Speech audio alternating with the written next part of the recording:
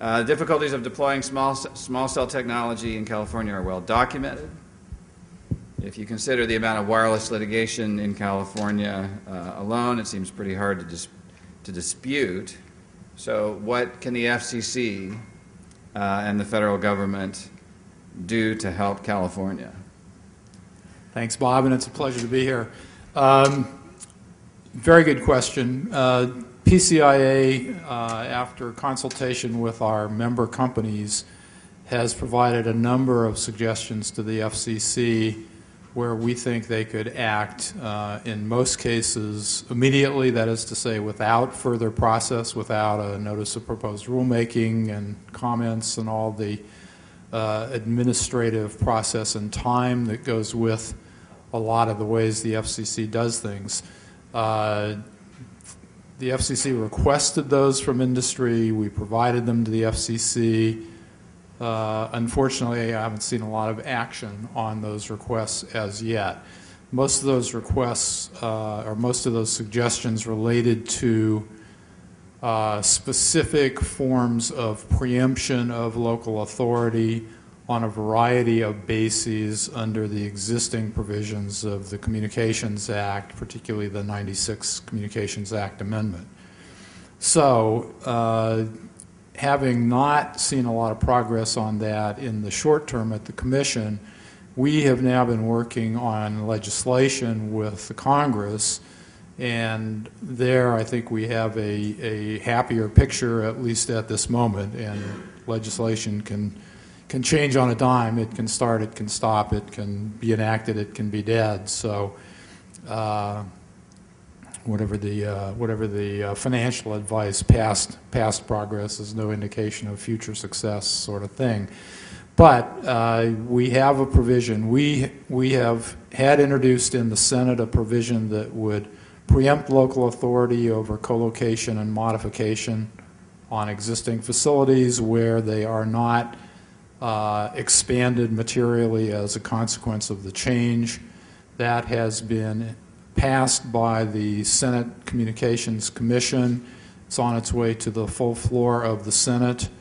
On the House side, it is in the House Majority draft legislation, which has not yet been formally introduced. It is not in the House Minority draft legislation, which has also not been introduced. But more time sensitive than both of those, it's also sitting as a possibility, at least, with the Budget Deficit Reduction Super Committee, which has a deadline this month to report out a package compromise, if it can reach one, to cut back the budget deficits coming up for the U.S. They're looking at spectrum because spectrum is a revenue raiser. If they auction more spectrum, that helps with the deficit numbers.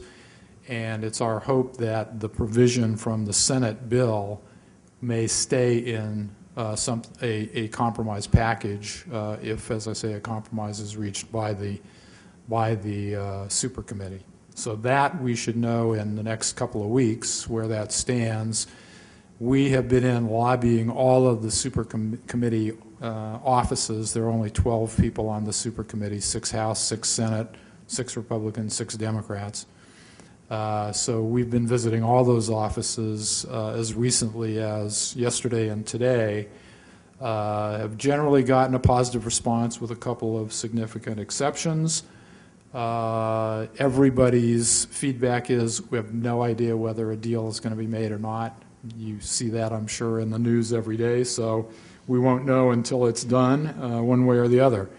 PCIA and 5 other industry associations submitted letters in support of this legislation to the Super Committee, and I'm also very pleased to say that 22 state wireless associations, including CalWA, submitted letters in support of this to the Super Committee. So people have been energized. We're really trying to throw all available resources at pushing this through the Congress. And in our view, and I think in our members' views, this legislation, if it were passed, would have a tremendous positive impact on how fast new services can be rolled out and how fast we can successfully accomplish upgrades for example, 4G. Do you see any developments on the legislative or regulatory front at the state level that you think might give us some reason to hope, there's a chance we can get past some of the barriers we're facing?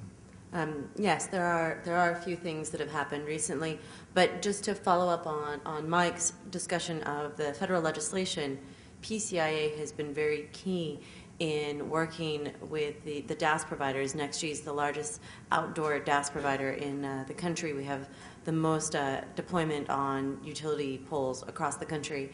And so PCIA has been very helpful in helping us try to get the term utility pole inserted into the House version of the bill, because right now it's only towers in the Senate version.